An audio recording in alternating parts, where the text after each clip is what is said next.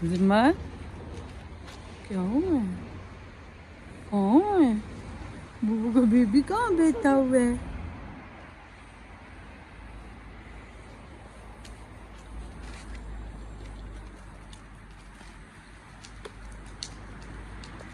अब ये तुमने दबा दी है जिम्मल, ये वाली 3 नंबर वाली। अब हम 3 पे चले जाएंगे। इतनी अपना अपनी नासे ना फुलाओ होते। पकड़ लो उसको। अब ये देखना हम 3 नंबर पे चले जाएंगे। वो देखो हम 3 पे चले गए। हमने भी जाना। बंद करो दरवाजा। के तोके तोके तोके तोके तोके तोके तोके तोके तोके तो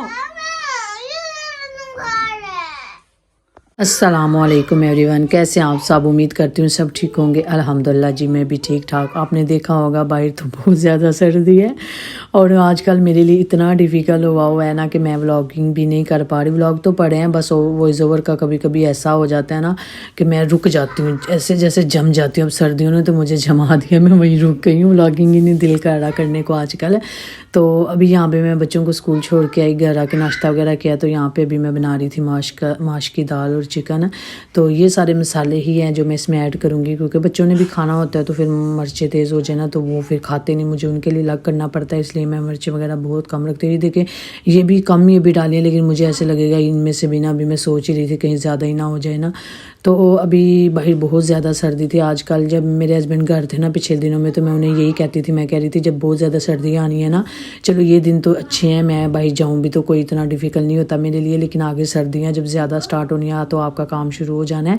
वो ये होता है कि जब ये वाले दिन ही थोड़ा डिफ़िकल्ट है, दिसंबर के और आगे जनवरी के।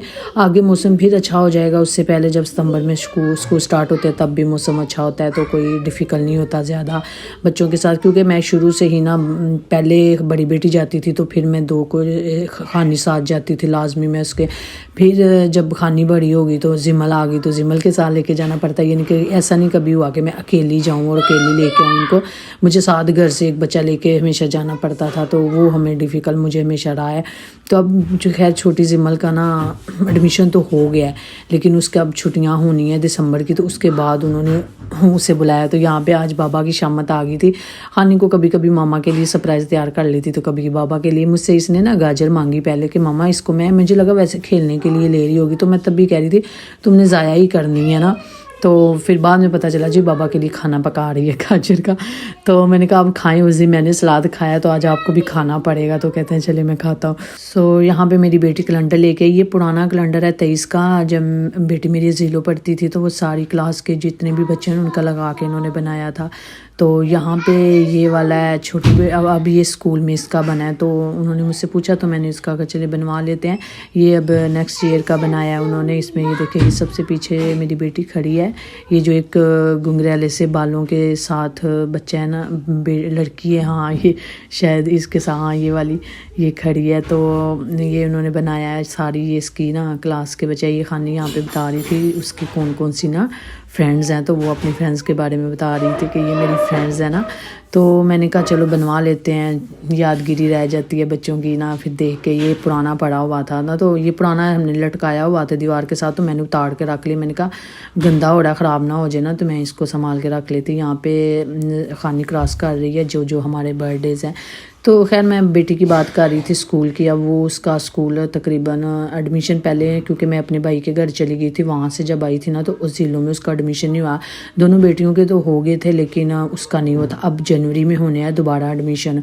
तो अब हमने दोबारा घर चेंज करना है, तो मुझे टेंशन लगी हुई है मैं इनका एडमिशन वहाँ जाके करवाऊँ या यहीं रहने दूँ या छुट्टियों में करवाऊँ, कुछ समझ नहीं आ रही। क्योंकि मैं नहीं चाहती फिर किसी का एडमिशन ना हो।